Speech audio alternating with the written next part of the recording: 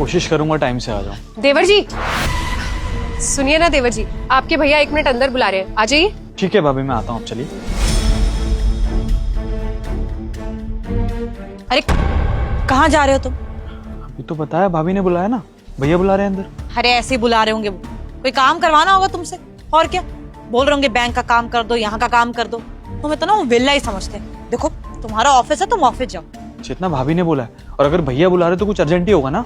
सनी, तुम्हारा ना ऑफिस है, तुम्हारे सर पे तुम्हारा बॉस बैठा है, वो तो खुद ही मालिक है, खुद का बिजनेस है उनका, उनको थोड़ी कोई कुछ बोल देगा।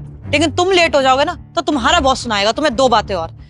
देखो वैसे भी आज हमारी एनिवर्सरी है, जल्दी ऑफिस जाओगे जल्दी आओगे। अरे यार तुम पहले आराम से बोलो, भाभी अभी अंदर गई है और आ जाऊंगा मैं टाइम से। तुम पकड़ो इसे, मैं मिल के आता हूँ भैया से। पकड़ो ना प्लीज, आता हूँ मैं।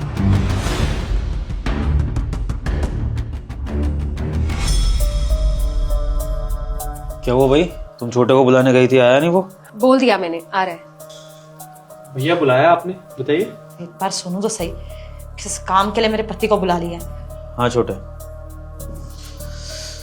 ये ले तेरे और बहू के लिए, तेरे भैया और भाभी की तरफ से सालगिरह का तोहफा, रख ले। भैया तोहफे में पैसे कौन देता है? आप दोनों का आशीर्वाद ही काफी है, मुझे इन पैसों की जरूरत नहीं है। छोटे सच बता, तुझे पैसे की बिल्कुल जरूरत नहीं है? भैया क्या बोल रहे हैं आप, सच में पैसों की जरूरत नहीं है। मेरे पास इतनी अच्छी जॉब है, सब कुछ अच्छा चल रहा है, तो मैं पैसे का क्या ही करूँगा आपके। अच्छा देवर जी, तो अब ये दिन आ गए हैं कि आपको अपने भैया और भाभी से झूठ बोलना पड़ रहा है। भैया मैंने कोई झूठ नहीं कहा आपसे, आप कौन से झूठ की बात कर रहे हैं? छोटे, और कितना पागल बनाएगा अपने भाई को? अच्छे से जानता हूँ कि तेरी जॉब चली गई है और तू जॉब पर जाने का नाटक करता है अपनी बीवी के सामने, ताकि तेरी इज्जत पर बात ना आए। लेकिन तुझे क्या लगता है मेरा छोटा भाई प्रॉब्लम में होगा और मुझे पता नहीं लगेगा? बस दुख मुझे इस बात का है कि ये बात मुझे तेरी भाभी से पता लगी, तूने खुद आकर मुझे नहीं बताई। अभी आपको ये सब कैसे पता चला कि मेरे पास जॉब नहीं है? देवर जी आपको पता है, आप बहुत छोटे थे जब मैं इस घर में शादी करके आई, और माँ जी और बाबूजी भी नहीं थे। मैंने आपको हमेशा अपने बेटे की तरह रखा है। जब बेटा तकलीफ में होता है ना, तो माँ को खुद ब खुद पता चल जाता है। मुझे दुख तो इस बात का है देवर जी कि आपने अपने भैया को और मुझे इस लायक भी नहीं समझा कि आप अपनी तकलीफ हमसे बांट सके। अरे इतने वक्त से आप सब कुछ अकेले झेल रहे थे, एक बार हमें बता के देखा होता। क्या हम आपके अपने नहीं है? देख छोटे, मैं समझता हूँ कि शादी के बाद भाइयों में भी रिश्ते बदल जाते हैं। अब हमारा रिश्ता वो बचपन वाला नहीं रहा कि तू आकर हर बात अपने बड़े भाई को बताएगा और तेरा बड़ा भाई बैठकर तेरी हर बात सुनेगा और तेरे दुनिया से लड़ेगा। अब मेरी भी गृहस्थी है, तेरी भी गृहस्थी है, लेकिन इसका मतलब ये तो नहीं है ना कि हम दोनों भाइयों के बीच में प्यार ही खत्म हो जाए। एक दूसरे के लिए जो केयर है, जो प्यार है, वो तो रहेगा ना हमेशा। वो कैसे जा सकता है? और तू ये बात कैसे भूल सकता है? छोटे के माँ बाप के जाने के बाद तो हम ही तेरे माँ बाप बन गए थे ना। मैंने तेरे लिए क्या कुछ नहीं किया है, तुझे अपने बेटे की तरह ही तो संभाला है। और फिर तू आज तू ऐसे बिहेव कर रहा है जैसे कि हम कोई तेरे दूर के रिश्तेदार हैं। तो क्या हो गया अगर जॉब चली गई तो? क्या अपने बड़े भाई से आकर पैसे नहीं मांग सकता? हैं? छोटा फील करेगा तू? हाँ मैं ये बात मानता हूं कि छोटी बहू नहीं चाहती कि हमारे बीच में रिश्ता रहे, पर कोई बात नहीं। बड़ों का तो फर्ज होता है ना छोटों की गलतियों को माफ कर देना, और आज का तो जमाना ही ऐसा है कि नहीं बनती है परिवारों में। लेकिन फिर भी हमारे माँ बाप ने जो संस्कार दिए हैं उसके मुताबिक मैं तो अपने पूरे परिवार के बारे में सोचूंगा। चाहे छोटी बहू हमसे रिश्ता रखना चाहे या ना चाहे, लेकिन मुझे तुम्हारी परवाह हमेशा रहेगी। और अगर तुम तकलीफ में हो तो मेरे दिल को ठेस पहुंचेगी। इसलिए मैं चाहता हूं कि शादी की सालगिरह का तोहफा रख और जाकर बहू को घुमा, अच्छी जगह खिला पिला, क्योंकि उसकी भी तो अपनी इच्छाएं होंगी ना। अब सालगिरह का दिन भी अगर सूना चला जाएगा तो क्या बीतेगी उसके दिल पर? ले पकड़ पैसे। नहीं भैया, मैं ये पैसे नहीं ले सकता आपसे, और आप दोनों मुझे गलत मत समझिए। मैं भी चाहता था कि मैं आपको इस बारे में आके बताऊं। रात रात भर परेशान रहता हूँ, नींद नहीं आती। किसके आगे बोलूंगा? आप दोनों के सामने बोलूंगा ना भैया, लेकिन किस मुंह से बोलूं भैया? आप लोगों ने मेरे लिए इतना कुछ किया है, मुझे पढ़ाया है, लिखाया है, इस काबिल बनाया है कि मैं अच्छी जॉब कर सकूं, मेरी शादी में मुझे इतना सपोर्ट किया है, ये इतना बड़ा घर लेके दे रखा है। शायद आज मम्मी पापा जिंदा होते तो वो भी मेरे लिए इतना नहीं कर पाते जितना आप दोनों ने मेरे लिए किया है, खास करके भाभी ने, जो पराए घर से आई है फिर भी मुझे अपने बच्चे जैसा मानती है। और जब मैं बड़ा हो गया हूँ तो कब तक आप पे डिपेंडेंट रहूंगा भैया? आपका भी तो कुछ अपना फ्यूचर होगा ना। मेरी वजह से आप दोनों ने फ्यूचर प्लान नहीं किया, पूरी जिंदगी अपने छोटे भाई के नाम कर दिया आप दोनों ने, इसलिए हिम्मत ही नहीं हुई भैया। और ये नहीं चाहिए मुझे पैसे भैया, कल को बहुत सारी परेशानी है, कब तक ऐसे आपका हाथ पकड़ के घूमता रहूंगा? कभी तो अकेले चलना पड़ेगा ना मुझे भी, और परेशान नहीं कर सकता मैं आप दोनों को। सॉरी, आप रख लीजिए भाभी इन पैसों को, नहीं चाहिए। देख रही हो मेरे छोटे के संस्कार, कितना स्वाभिमानी हो गया है, कैसे अपने स्वाभिमान को अपने दुखों से ऊपर रख रहा है। इसकी जगह अगर कोई और होता ना तो खुद से आकर अपने बड़े भाई से पैसे मांगता और इस बात का फायदा उठाता कि बड़ा भाई कर तो रहा है, लेकिन ये शायद हमारे माँ बाप के संस्कार ही हैं जो आज छोटा ऐसी बातें कर रहा है। देख छोटे, मुझे ये जानकर अच्छा लगा कि तू हमारे माँ बाप के दिए संस्कारों पर चल रहा है, लेकिन छोटे, जिस कोख से तूने जन्म लिया है उस कोख से तेरे बड़े भाई ने भी तो जन्म लिया है। अगर तेरे अंदर माँ बाप ने ये संस्कार डाले हैं कि अपने से बड़ों की इज्जत करनी है, उन पर डिपेंडेंट नहीं रहना है, तो हमारे माँ बाप ने मुझे भी ये सीख दी थी कि अपने से छोटों को किसी चीज़ की कमी नहीं होने देनी है, चाहे छोटों के साथ संबंध कैसा ही क्यों ना हो। इसलिए मैं तुझे दुख में तो नहीं देख सकता। फिलहाल के लिए तू ये पैसे पकड़, बहू के साथ अच्छे से सालगिरह मना, और तुझे उसको बताने की भी ज़रूरत नहीं है कि तेरे भैया ने तुझे पैसे दिए। बोल दियो कि बोनस के पैसे मिल गए। हम तो बस इसी बात से खुश हैं कि तू और छोटी बहू खुशी खुशी अपना जीवन व्यतीत करो। और ऐसा तो नहीं है कि मैं हमेशा ही पैसे की मदद कर रहा हूँ, अभी तेरा थोड़ा टाइम बुरा चल रहा है, इसलिए मेरे से मदद ले ले। जब नौकरी लग जाएगी उसके बाद मत लियो पैसे, तब तो तू फिर सेल्फ इंडिपेंडेंट होगा ही ना। तो देख, ये पैसे रख और अपने बड़े भाई की बात मान प्लीज। समझिए बात को, मुझे नहीं चाहिए पैसे। और एनिवर्सरी तो हर साल आती है ना, इस साल नहीं मनाएंगे तो कुछ नहीं जाएगा। मैं कोई ना कोई बहाना मार दूंगा चेतना को कि बिजी हो गया था, ऑफिस में मीटिंग थी, आज वैसे भी मेरा प्लान यही था। नहीं जाएंगे एक दिन घूमने, कोई फर्क नहीं पड़ेगा, लेकिन ये पैसे इस तरह से मैं नहीं ले सकता आप दोनों से। ले लीजिए देवर जी। वैसे भी पैसे तो आने जाने वाली चीज है, लेकिन रिश्ते कभी भी खराब नहीं होने चाहिए। अब चेतना का भी तो मन होगा ना कि आज उसकी एनिवर्सरी है, वो किसी अच्छी जगह जाके सेलिब्रेट करे आपके साथ। और वैसे भी पिछली 3-4 एनिवर्सरी आपने उसको हमेशा सरप्राइज दिया है, अच्छे गिफ्ट्स दिलाए हैं, तो इस बार आप उसका दिल तो नहीं तोड़ सकते ना। इसलिए अपने भैया भाभी की बात मानिए और ये पैसे रख लीजिए।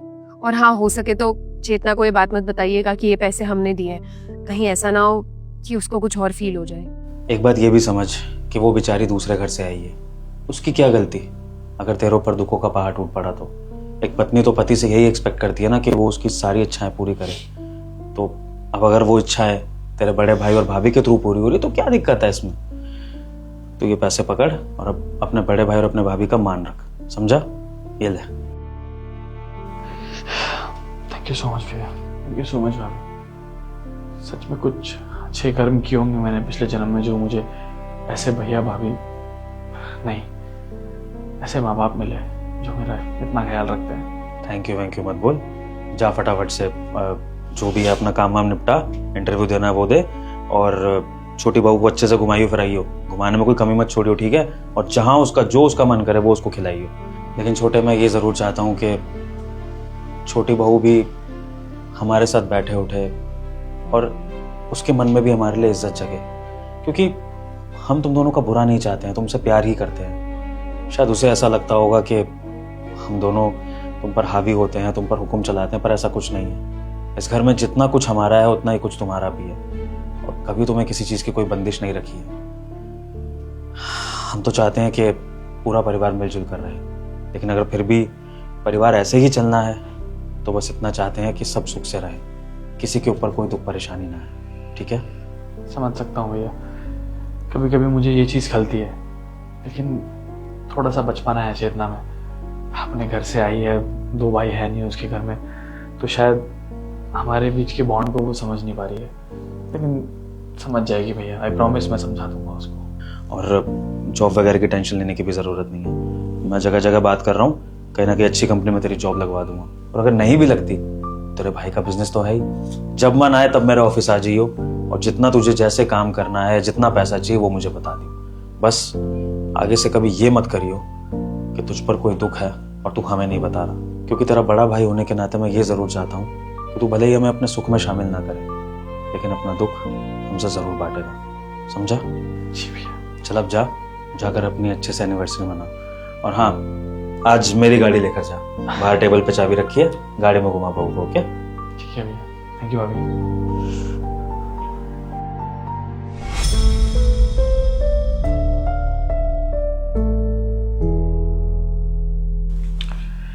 क्या हुआ, चुप क्यों खड़ी हो? अब कुछ नहीं कहना मेरे भैया भाभी के बारे में तुम्हें? नहीं, मुझसे गलती हो गई। मैं इतना अच्छा परिवार तोड़ रही थी, सबको अलग कर रही थी।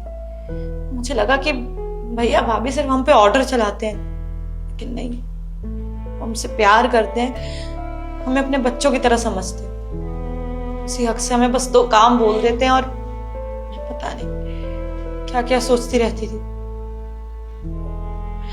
मैं तुम्हारे साथ 24 घंटे रहती हूँ, बीवी हूँ तुम्हारी, मुझे नहीं पता चला कि तुम्हारी जॉब नहीं है और तुम इतने परेशान हो, लेकिन उनको पता चल गया और उन्होंने बिना जताए हमारी इतनी बड़ी मदद भी कर दी। तुम्हारे बारे में कितना सोचते हैं वो, देवता है यार। और मैं पता नहीं क्यों गलत समझ रही थी उनको। एग्जैक्टली चेतना, पता है एक कहावत है, माँ बाप से कोई बात छुपती नहीं। वो दोनों मेरे माँ बाप जैसे हैं, इनफैक्ट माँ बाप हैं, इसलिए जो बात तुम्हें नहीं पता चली उन्हें पता चल गई, और मरते दम तक मेरे माँ बाप वही रहेंगे।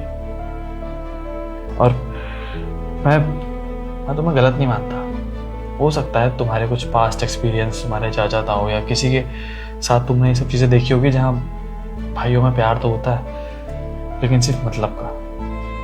लेकिन चेतना यहाँ वो सब नहीं है। वो तुम्हें अपनी बेटी मानते हैं, तुम भी इस घर में बहू की जगह बेटी बन के देखो, उन्हें प्यार दो और बदले में पूरी जिंदगी ले लो उन दोनों से। आई थिंक तुम समझ गई हो जो मैं कहना चाह रहा हूँ। ये पैसे रख लो, शाम को चलेंगे भैया ने कहा है तो मैं इंटरव्यू देकर आता हूँ। बैक, मुझे लेट हो रहा। हाँ चेतना, माँ बाप की सिर्फ 2 बड़ी खास बात होती है।